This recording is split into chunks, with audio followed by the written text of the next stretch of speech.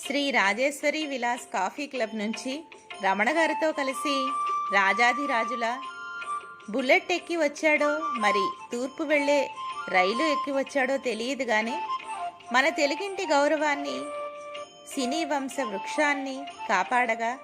గోరంత దీపం వెలిగించి ముత్యాల ముగ్గేసి మన ఊరి పాండవులని మంత్రిగారి వియ్యంకుణ్ణి వెంట పెట్టుకుని అటు భక్త కన్నప్పను ఇటు కలియుగ రావణాసురుణ్ణి అటు శ్రీనాథ కవి సార్వభౌముణ్ణి ఇటు త్యాగయ్యని కలుపుకుని పెళ్ళీడు పిల్లలైన రాధా గోపాలానికి కళ్యాణ తాంబూలం ఇప్పించి రాధా కళ్యాణానికి సాక్షిగా నిలిచి శ్రీ రామాంజనేయ యుద్ధంలో బంగారు పిచ్చుకలా ప్రవేశించి దాన్ని సుందర కాండలా మలచి పెళ్లి కొడుకైన అందాల రాముడితో సీతా కళ్యాణం అదే సీతమ్మ పెళ్లి చేయించి వారి పెళ్లి పుస్తకాన్ని సంపూర్ణ రామాయణంగా కనువిందుగా చిత్రించి